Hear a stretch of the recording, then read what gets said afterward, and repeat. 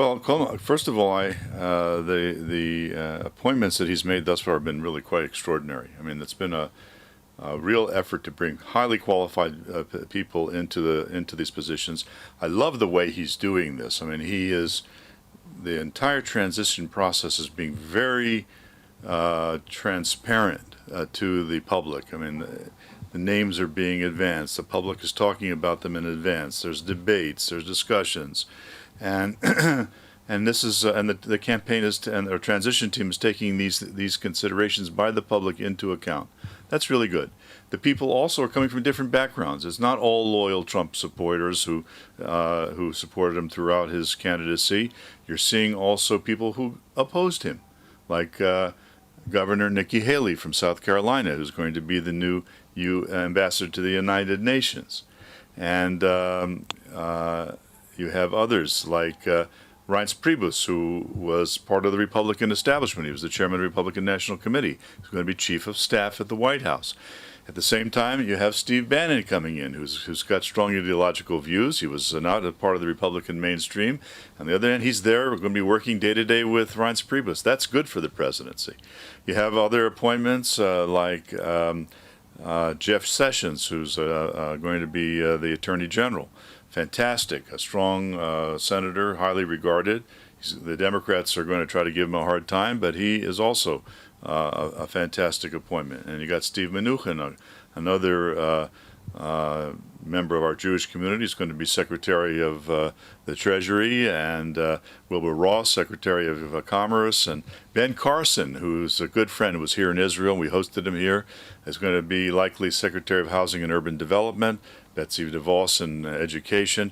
I mean, Mike Flynn, the chairman of the National Security Council, the chief national security advisor, I should say. I mean, these guys are really impressive, men and women from all backgrounds, from all walks of life, a diverse cabinet, and we're watching it happen day to day. I think it's exciting.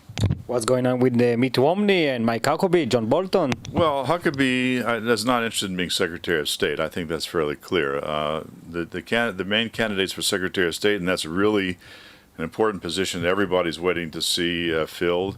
I'd say the main contenders right now are Mitt Romney, the governor from Massachusetts, which is also a surprise, and Rudy Giuliani, former mayor of New York City, who has been a strong supporter of Donald Trump throughout the campaign.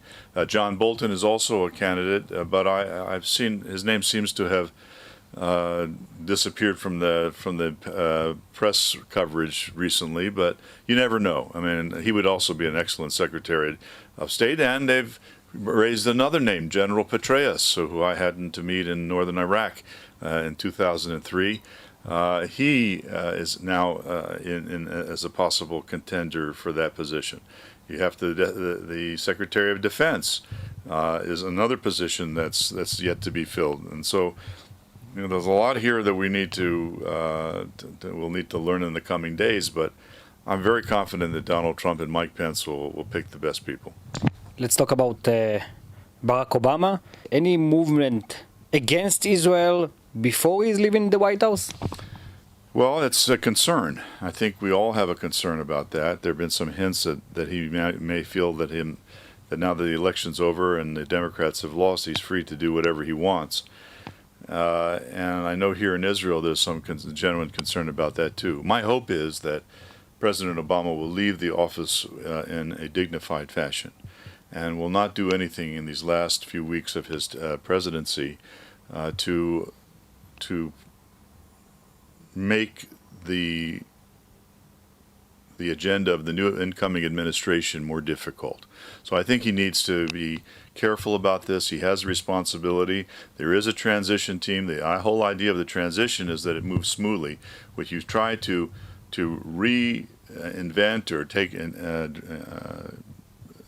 unusual policy decisions in the last few waning days of your administration, you really do work against the transition process. So you can't have a transition when the outgoing administration is making radical new changes in the policy direction. So I hope that will not happen, and that January 20th will have an orderly change of power, and the Trump administration will come in and be able to implement its agenda without any obstruction. Well, first of all, that it's a very real phenomenon. It's something that we're seeing in university campuses where it's particularly powerful. There you have a captive audience. A lot of the students coming in there are getting brainwashed by their professors and their fellow students to vote Democratic, and the idea of voting Republican in a lot of these places is completely unheard of. And when a student, the rare student decides to stand up and say, I supported Donald Trump. I mean, a lot of them were thrown out of their clubs. Even their families turned their back, on them, and vice versa. It's a serious situation, and within the Jewish community, it's even more serious because the Jewish community in the United States voted overwhelmingly for Hillary Clinton, and we're in a state of mourning after she lost on November 8th.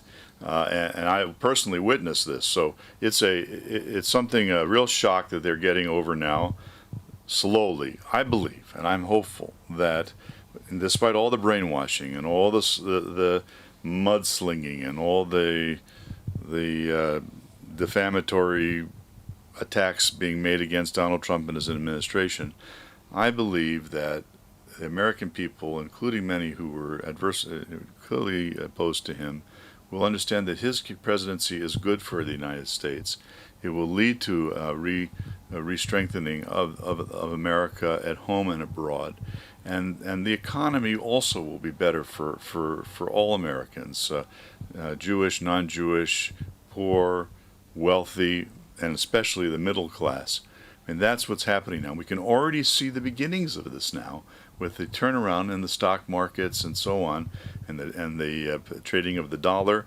All of these things have turned around almost overnight after Trump's election, despite all of the terrible predictions about what was going to happen to the economy. Things are looking very good now. And jobs are being kept in the United States. We just heard yesterday that Carrier from Indiana is going to be keeping jobs in Indiana, 1,000 jobs. And that's something that Donald Trump did before he became president. So I believe in time, the American public, despite the brainwashing that you talked about, the American public will come to see Donald Trump as I see him, and millions of others Americans see him, as something good for the United States and good for everyone. Jewish students, particularly those that support Israel, I say hang on, be strong, be of good courage, as the Bible says, because better times are coming, and you'll have the wind will be behind your back come January 20th. I think we'll all work together to make America and Israel better places for all.